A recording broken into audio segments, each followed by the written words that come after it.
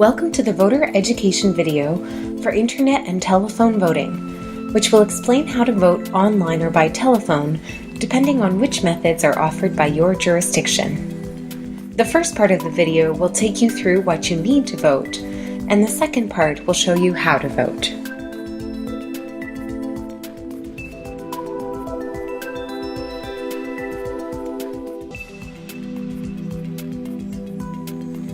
All eligible voters are pre-registered for internet voting and telephone voting if offered.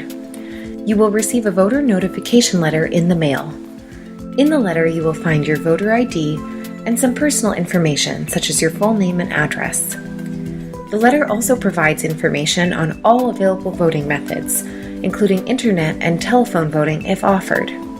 The letter will also contain your unique PIN number, which is used with your voter ID to identify you during the internet or telephone voting process. Once you have received your voter notification letter containing your voter ID and PIN, you are ready to vote.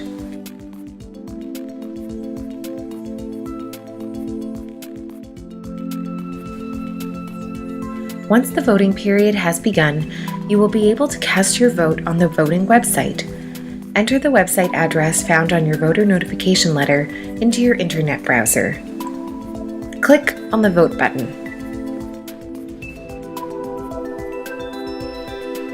You are now in the voter login page. You will notice that there are navigation markers at the top of the screen, which list the phases of the voting process and indicate which phase you are currently in. You cannot click on these to manually move through the phases. The first step in the voting process is to log in using your voter credentials.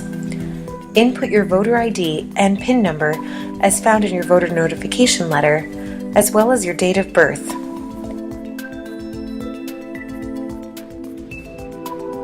Finally, complete the verification text, putting in the letters and numbers in the order they appear.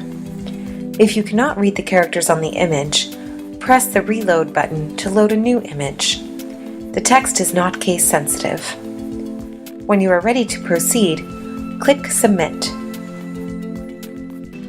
The next step in the voting process is the Oath of Qualification and Notice of Offense. Read carefully, and if you are ready to proceed, click the Accept button to be taken to your ballot. You will now be taken to your ballot, and you will be presented with the first contest.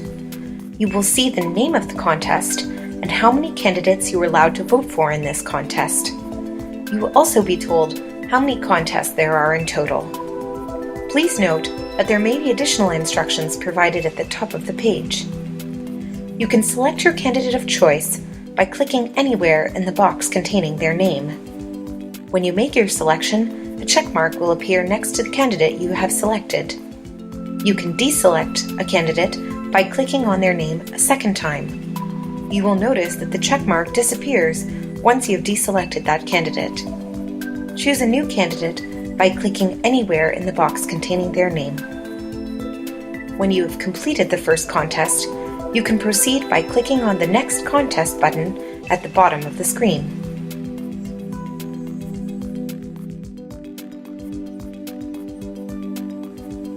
Proceed through the rest of your ballot in this manner. If you leave a contest blank and skip ahead to the next contest, you will be given a warning message when reviewing your entire ballot before casting. Other warnings may appear above the contest depending on your jurisdiction. Once you reach the last contest on your ballot and have completed all contests, click on the Review Ballot button to proceed. You will be taken to the ballot confirmation screen, where you will have the opportunity to review all of your selections before casting your ballot. You will notice that the warning message appears for any contest that has been left blank. You can choose to return to that specific contest and change your selections, or to cast it as is. You can return to the contest that you would like to change by clicking on the Go Back button, and then on the Previous or Next Contest buttons to locate the desired contest. When you reach the blank contest, you will notice a warning message appears above the contest selections. Once you select a candidate, the blank contest warning will disappear.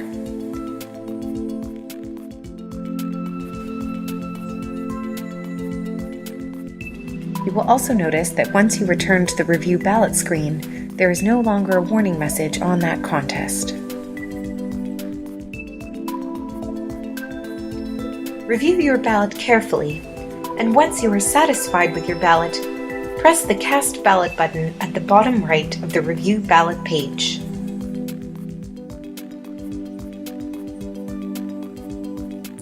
Do not close this window until you are presented with the Voting Completed screen.